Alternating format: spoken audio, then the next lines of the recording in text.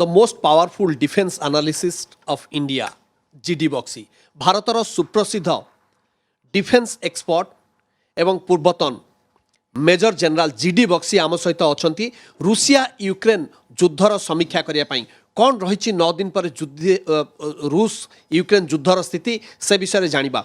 Sir मु स्वागत करुच्ची आपको नंदीघोष टीवी को, मैं स्वागत कर रहा हूं आपको। तो बताइए सर, ये 9th डे के बाद क्या स्थिति अभी रूस यूक्रेन युद्ध को लेके? देखिए, हमारी इंडियन मिलिट्री रिव्यू, जिसका मैं एडिटर हूं, संपादक हूं, युद्ध के पहले हमने एक वॉर गेम करके देखी थी।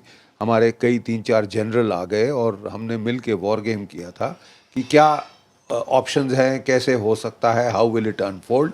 तो जैसे हमने प्रिडिक्ट किया था, हमने मतलब उसको छाप दिया था हमले के पहले, 3 दिन पहले ये लेख हमने कहा था 7 से 10 दिन ये हमला चल सकता है, और तकरीबन उसी टाइमलाइन पे ये जा रहा है। आज 9वां दिन है। हमारा ख्याल है कि जो उन्होंने हल्का किया, कि वो नहीं चाहते थे कि ज़्यादा कैजुअल्टीज़ हों, हमारे ही लोग हैं, इसलिए उन्होंने ज़्यादा मार नहीं लगाई थी।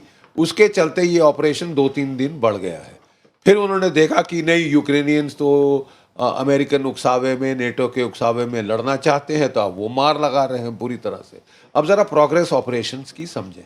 पहले दिन जो था, उन्होंने सीएड किया, suppression of enemy air defences, और इसके चलते 11 हवाई अड्डों पे, 18 रडार्स पे और उनके anti aircraft surface to air missile SAM batteries का सर दबाया, मारा उन्होंने। और उसके बाद उन्होंने बाई एयर असॉल्ट किया। एक अंतनॉव हवाई अड्डा है कई राजधानी से केवल 23 किलोमीटर दूर, ठीक है। इसके ऊपर उन्होंने सीधा हमला कर दिया पैराट्रूपर से, जो कि हल्के ट्रूप्स हैं, ज़्यादा भारी टैंक शैंक उनके पास नहीं होते। हमको हैरानी हुई क्योंकि नॉर्मली ऐसा नहीं किया जाता, लेकिन लगता है कुछ अंदेशा था, कुछ उनके यूक्रेनियन फौज से बातचीत हुई थी कि हाँ हम हथियार डाल देंगे, लेकिन लगता है उन्होंने धूल झोंकी और वो लड़े। तो सर एक मिनट, मुझे थोड़ा ख़त्म कर लेने दीजिए प्लीज़। वो लड़े और नुकसान हुआ रशियंस को।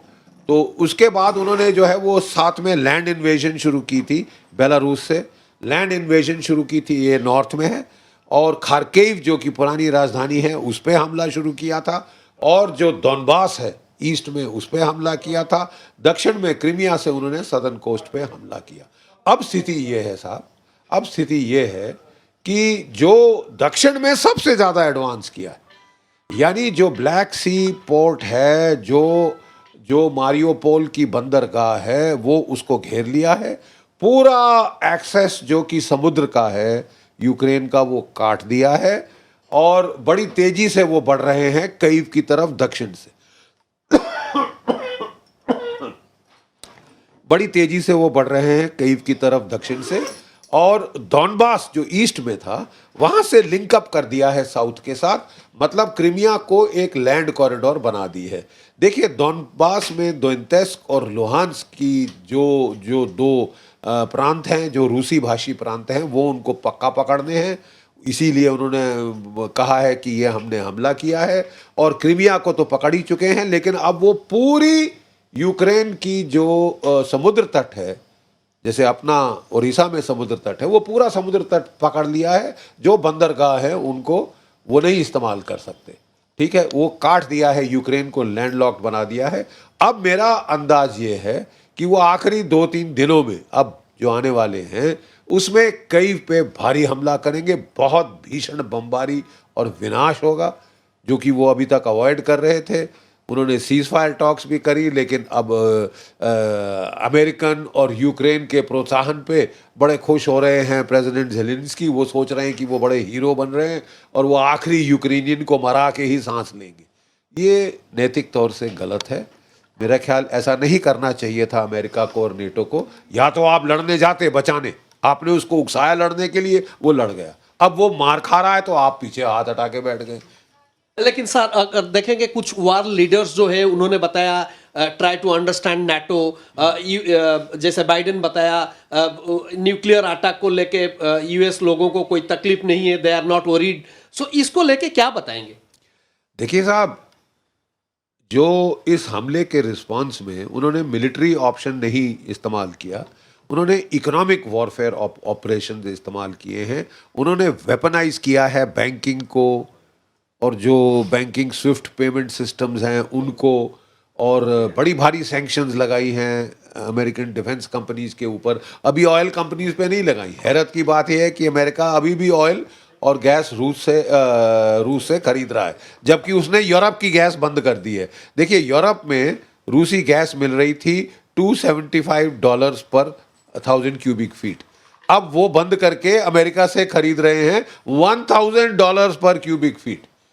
यानी देखिए अमेरिकन की चतुराई, वो रूस से गैस खरीद के यूरोप को खुद बेचेंगे और मतलब पैसे खूब प्रॉफिट कमाएंगे। अब साहब, प्रॉफिट के चलते आप लोगों को तो नहीं मारा सकते ना, इंसान है, जिंदा इंसान है।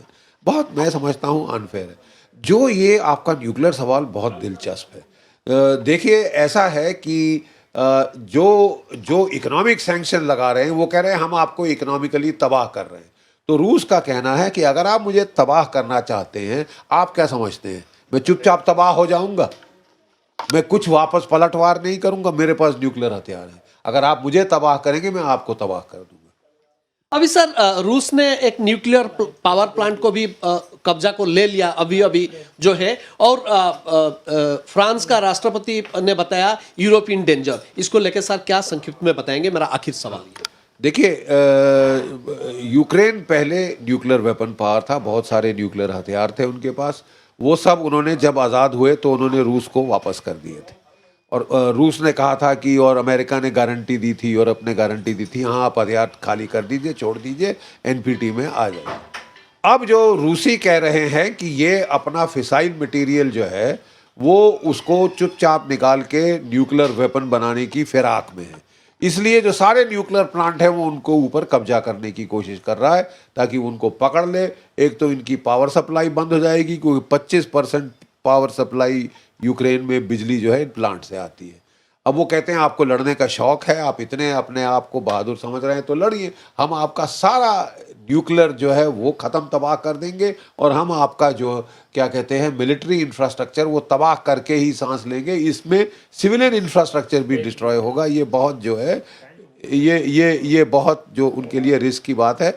और एक बड़ी मैं सनसनीखेज खुलासा करूं कि 6 बायोलॉजिकल वॉरफेयर लेबोरेटरीज थी जो अमेरिका ने मदद से यूक्रेन में बनाई थी, जिनमें कोरोना वायरस पे रिसर्च हो रही थी। रूसियों ने उनको तबाह करने का ठान ली है, और एक पे तो थर्मोबारिक हथियार। सर, एक इम्पैक्ट क्या आएगा इंडिया के ऊपर रसिया यूक्रेन वार को लेके, और ये कितना अफेक्ट करेगा इंडिया रशियन फ्रेंडशिप को, जैसे वोट नहीं दिया यूनाइटेड नेशन में इंडिया? देखिए साहब, जब हमारे ऊपर मुसीबत पड़ी थी 71 की वॉर में, तो रूसियों ने पूरी सहायता दी थी, ठीक है साहब, लेकिन उन्होंने उस वक्त सिर्फ ये कहा था कि जल्दी ख़त्म कर लो, जल्दी ख़त्म कर लो। तो आज हमको भी सहायता देनी चाहिए, क्योंकि सारा 70% हथियार हमारा रूस से आ रहा है, ठीक है, 70% हथियार आ रहा है।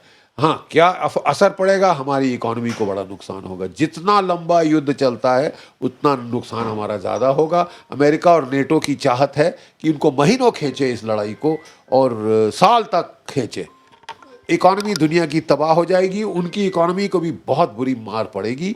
तो ये जो चीयर लीडिंग कर रहे हैं यूक्रेन को कि तुम लड़ो, तुम लड़ो, तुम मरो मरो, आखिरी यूक्रेनियन तक मर जाओ, अरे साहब ये नैतिक तौर से बहुत गलत है। Thank you. देखुथिले बायोलॉजिकली वारफेयर मध्य रशिया आरंभ करी यूक्रेन समस्त बायोलॉजिकली वारफेयर स्टेशन को ध्वंस करिवो, एवं जदि युद्ध अधिक दिन चलिबो तेबे भारत मध्य अनेक क्षति हेबो, एवं भारतर से जो बंधुता रही रूस सहित तादेर कौन क्षति आसबनी। भारतर सुप्रसिद्ध डिफेन्स एक्सपर्ट जहाँ कहते जीडी बक्सी, निश्चित भाव में युद्ध शेष हेबा दरकार, एवं भारत जो नैतिकता आधार रही से समर्थन ब्याहत रहा दरकार। नुआदिल्ली कैमरामैन प्रदीप सहित विभूति पति रिपोर्ट, नंदी घोष टीवी।